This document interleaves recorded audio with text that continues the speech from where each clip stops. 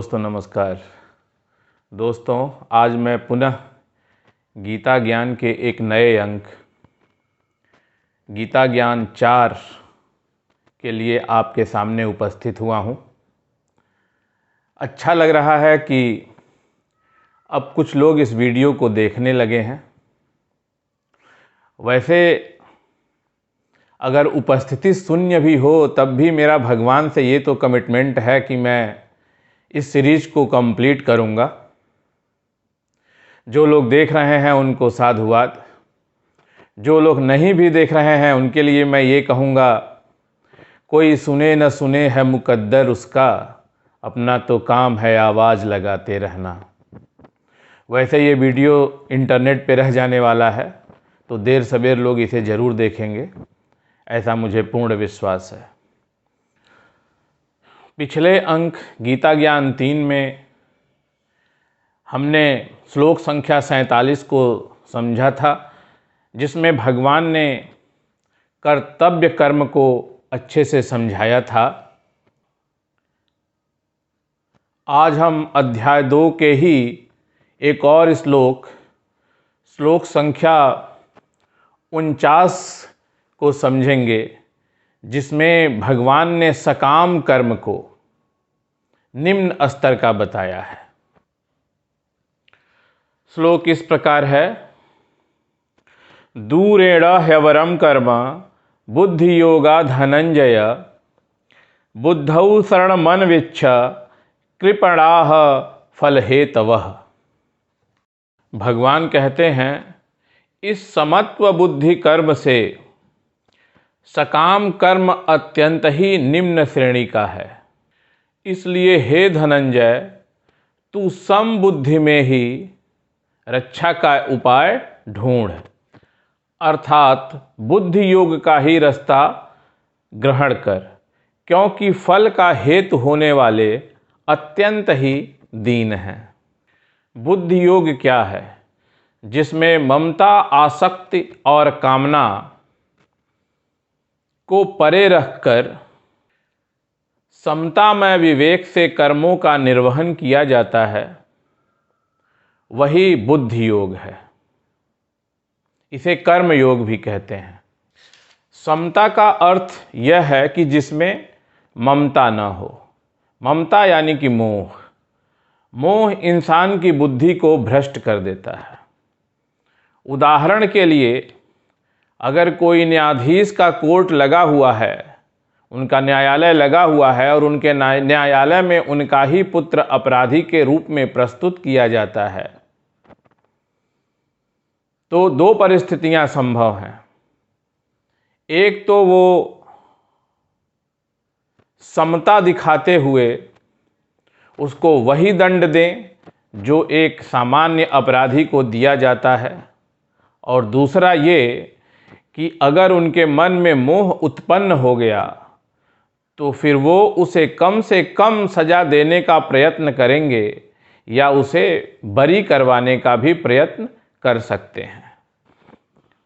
तो यही सकाम कर्म हो गया, क्योंकि उनके इस काम में मोह जुड़ गया, ममता जुड़ गई, और जो उनका कर्तव्य कर्म था उससे वे विमुख हो गए। इसी प्रकार यदि बड़े डॉक्टर के यहाँ कोई वीआईपी रोगी उपचार हेतु आ जाता है तो वे अपने ही बनाए गए नियम को तोड़ने से नहीं हिचकिचाते। 10 लोगों की लाइन लगी हुई है, लेकिन डॉक्टर साहब सबसे पहले उस वीआईपी रोगी का उपचार करते हैं, क्योंकि यहाँ पे उनकी कामना जुड़ी हुई है कि यह रोगी उनके किसी काम में मदद कर सकता है। इस तरह के ही कर्म सकाम कर्म है।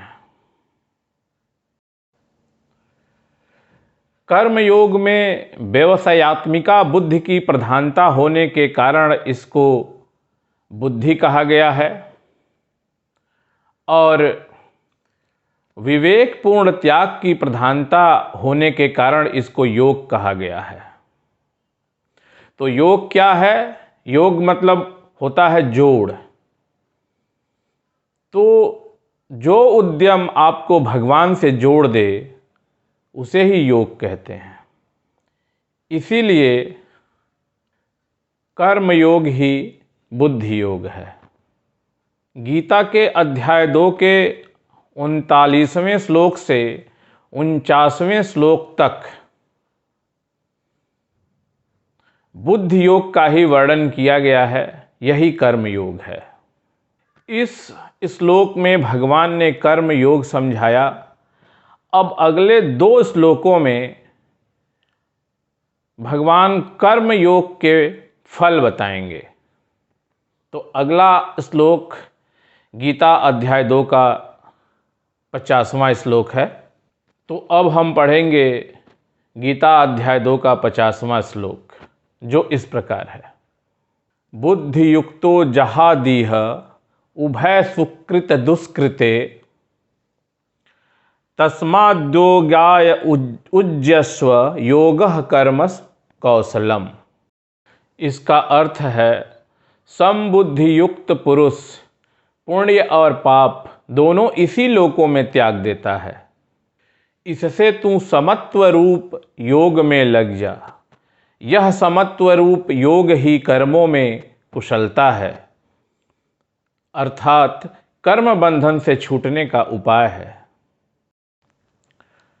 समता युक्त मनुष्य इसी जन्म में जीवित रहते हुए ही अपने सभी अच्छे और बुरे कर्मों का त्याग कर देता है, अर्थात अपने इस जीवन के और पुराने जीवन के सारे अच्छे और बुरे कर्मों का वह त्याग कर देता है।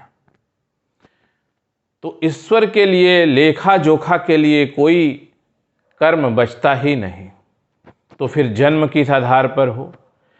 क्योंकि पुनर्जन्म के लिए तो यह जरूरी है कि पुराने जन्मों का लेखा जोखा उपलब्ध होना चाहिए। इस प्रकार वह कर्मयोगी मोक्ष को प्राप्त हो जाता है। गीता में कर्मयोग के लिए 3 शब्द आए हैं, बुद्धि योग और बुद्धि योग। इन तीनों को आपको एक ही समझना है। भगवान कहते हैं, तस्माद्योगाय युज्यस्व, अर्थात योग में लग जाओ, कर्म योग में लग जाओ। फिर भगवान कहते हैं, योगः कर्मसु कौशलम, अर्थात कर्मों में योग की ही कुशलता है। इससे यह बतलाया गया है कि कर्म तो स्वभाव से ही बंधन में डालने वाले होते हैं, परंतु कुशल वही है जो विवेकपूर्ण समता से युक्त कर्म करता है। समता से युक्त कर्म ही योग है, जो मानव को ईश्वर के साथ जोड़ता है। इसलिए कर्मों में योग की ही कुशलता है। अब जो आगे श्लोक है वो अध्याय 2 का ही 91वां श्लोक है। यह पिछले श्लोक को ही और अधिक पुष्ट करता है। ये श्लोक इस प्रकार है, कर्मजं बुद्धि युक्ता ही फलम त्यक्त्वा मनीषिणः जन्म बंध विनिर्मुक्ता पदम गच्छन्त्यनामयम्। तो इसका अर्थ है, क्योंकि समबुद्धि से युक्त ज्ञानी जन कर्मों से उत्पन्न होने वाले फल को त्याग कर जन्म रूप बंधन से मुक्त हो निर्विकार परम पद को प्राप्त हो जाते हैं। अर्थात कर्मयोगी जो कि कर्म फल का ही त्याग कर देता है। अगर कर्म फल ही नहीं है तो आगे उगेगा ही क्या? इसका अर्थ है कि ईश्वर के पास उसके पूर्ववर्ती जन्मों या इस जन्म का कुछ भी शेष नहीं बचता जिसके आधार पर उसका पुनर्जन्म हो सके। इस प्रकार वह इस भवसागर से पार हो जाता है। दोस्तों, जो ये चर्चा हम लोग कर रहे हैं निष्काम कर्म, ये आसान काम नहीं है, ये बहुत ही कठिन काम है। और इसीलिए भगवान ने अर्जुन को पहले ही बताया है कि अभ्यास करने की चीज़ है ये। इसमें पहले दिन से ही कोई पारंगत नहीं हो सकता। तो इसमें प्रयास करने की आवश्यकता है। जो लोग गीता ज्ञान से नए नए जुड़ रहे हैं उनको मैं सलाह देना चाहूँगा कि प्लेलिस्ट में से पुराने वीडियोस निकाल कर देखें। तो इन बातों की चर्चा पहले ही हो चुकी है, इसीलिए मैं क्रम से वीडियो नहीं बनाता हूँ। बहुत लोग मुझे ये सलाह देते हैं कि जैसे कि अध्याय 1 से लेकर और लास्ट तक करें, लेकिन मुझे लगता है कि अगर हम इस तरीके से कड़ियों को जोड़ें कि पूरा गीता भी कंप्लीट हो जाए और साथ में हमें समझ भी ज़्यादा आए, तो वो ज़्यादा अच्छा तरीका होगा। तो कुछ बातें जो 18वें अध्याय में भगवान ने बताई हैं वो हमें पहले जानना जरूरी था। तो भगवान ने पहले ही अर्जुन को ये बताया है कि भाई आपको अभ्यास की ज़रूरत है। अर्जुन ने पूछा था, अभी थोड़े दिन पहले ही हमने चर्चा की थी, तो अर्जुन ने पूछा था कि भगवान ये तो बड़ा कठिन काम आप बता रहे हैं। तो भगवान ने कहा था कि अभ्यास करने की आवश्यकता है। हम जितना भी अभ्यास कर लेंगे, जितना भी अर्जित कर लेंगे, वो सारा का सारा अगले जन्म में इसी रूप में ट्रांसफ़र हो जाता है, हस्तांतरित हो जाता है। तो हमारी आध्यात्मिक अवस्था, हमारी जो अवचेतन अवस्था है, उसका जो स्तर है वो काफ़ी ऊंचा होगा। तो धीरे धीरे करके आगे जितने भी हमें जन्म लेने पड़े, तो उत्तरोत्तर हम एक ऐसी स्थिति में पहुंच जाएंगे कि जहां से हम इस भवसागर को पार कर पाएंगे। तो आज के अंक में बस इतना ही। अगले अंक में हम श्रीमद् भगवद गीता के कुछ नए श्लोकों को समझेंगे, उनकी विवेचना करेंगे। आप लोग अगर इस वीडियो को पसंद कर रहे हैं तो लाइक कीजिए, सब्सक्राइब कीजिए और शेयर ज़रूर करते रहिए। धन्यवाद।